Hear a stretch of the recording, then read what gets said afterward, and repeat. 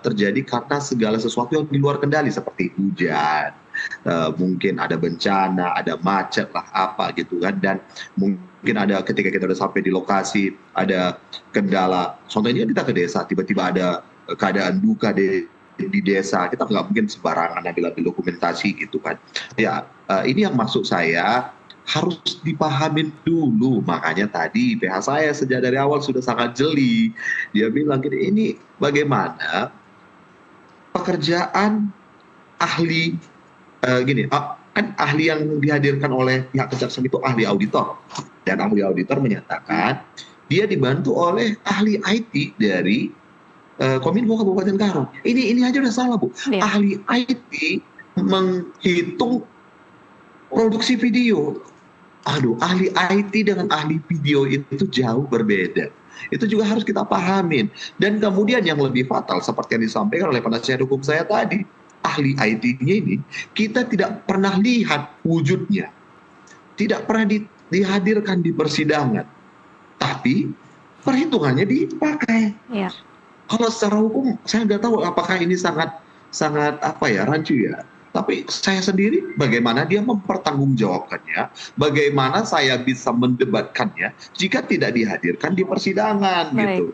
Dan hal yang lain ini tadi, saya pikir ini mungkin jadi momentum juga kita lebih banyak belajar tentang produksi video. Kayaknya setelah kasus ini, setelah ini semua orang mengerti ya. Kreator yang ada di Indonesia.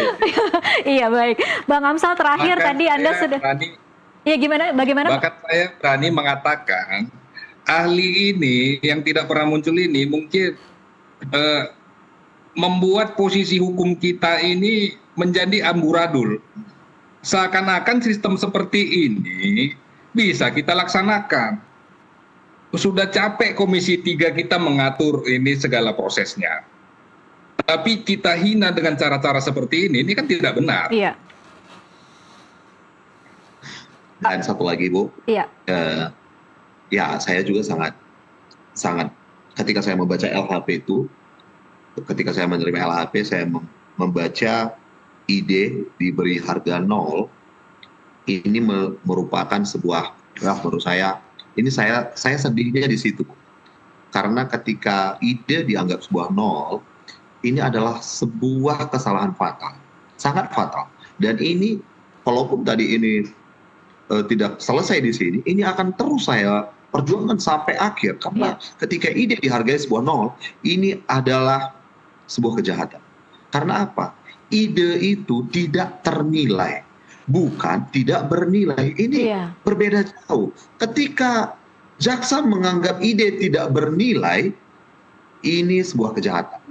Saya bisa sampaikan ini sebuah kejahatan. Itu. Iya.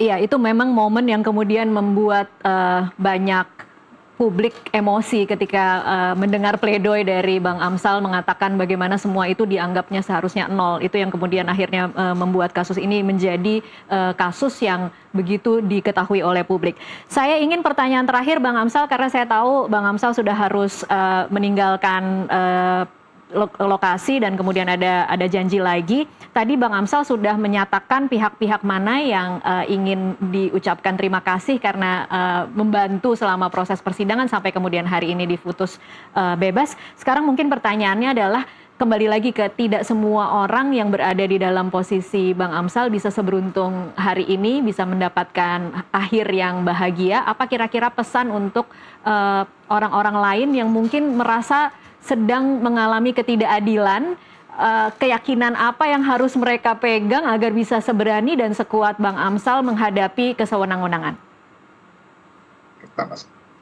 Yang pertama, segala sesuatu itu harus diawali dengan niat baik. Itu yang pertama. Yang kedua, jangan pernah takut untuk bersuara. Jangan pernah takut untuk bersuara. Teruslah bersuara sampai suara kita itu didengar. Dalam proses hukum yang kami jalani, penasihat hukum saya sangat jeli dalam mendampingi saya dalam setiap persidangan-persidangan. Bayangkan, hampir 4 bulan kami bersidang, suara kami pada akhirnya didengar ketika momentum duplik. Momentum sebelum akhirnya vonis. Dan saya ingin katakan, tetaplah bersuara dan jangan takut. Jangan pernah takut. Saya selalu bilang dengan teman-teman hari ini di rutan ketika mereka kemarin tahu saya RDP, Bu, mereka banyak datangin saya, pesan saya cuma satu, kalau kalian nggak salah jangan takut, jangan pernah takut, karena kebenaran tidak akan pernah bisa dipersalahkan, kebenaran akan tetap menjadi kebenaran.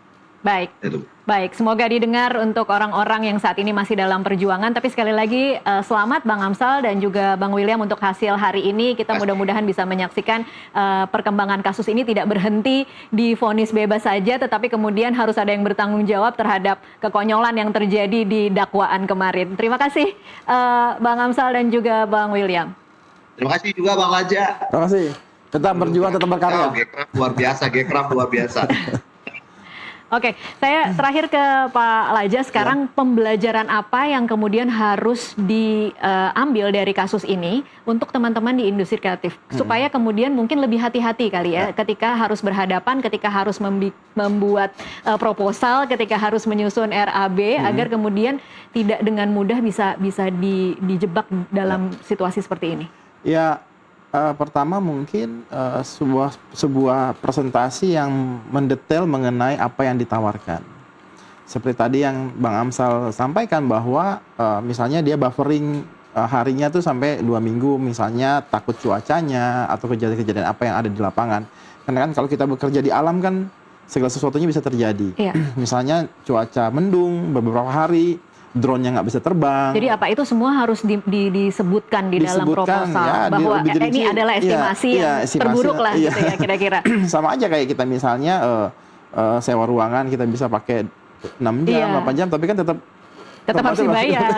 Bayar sehari gitu. Iya, bukan berarti dihitung per menit ya. Iya, itu yang harus kita dilakukan, dan mungkin kalau teman-teman juga yang memakai jasanya juga bisa menanyakan secara rinci apa saja nih, ini apa nih, editing ini apa, ini apa, sehingga terjadi salah tafsir menurut saya sih. Dan ya pesannya ya jangan takutlah kita, selama kita benar menawarkan satu karya-karya yang baik dan itu bisa bermanfaat bagi banyak orang, ya saya rasa nggak perlu takut sih Mbak terhadap pekerjaan-pekerjaan yang luar biasa teman-teman lakukan. Iya, betul. Mudah-mudahan memang ini bukan jadi sesuatu yang membuat trauma untuk orang-orang, tetapi belajar dari kasus ini lebih hati-hati lagi, lebih rinci lagi supaya kemudian bisa bulletproof kali ya.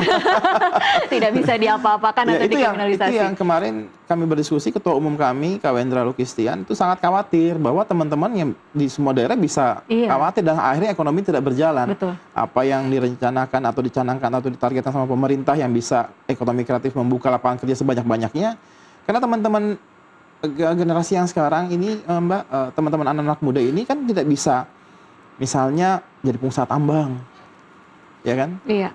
Jadi kita bicara soal Gen Z juga ya. Iya, ini kan ekonomi kreatif adalah dunianya mereka. Mereka. Jangan sampai juga jadi akhirnya terjadi hambatan terhadap hal-hal yang seperti itu. Baik, mudah-mudahan ini akan jadi catatan sejarah yang penting, pembelajaran yang penting, dan lebih hati-hati lagi. Terima kasih Pak Laja untuk waktunya bersama kami di NTV Prime.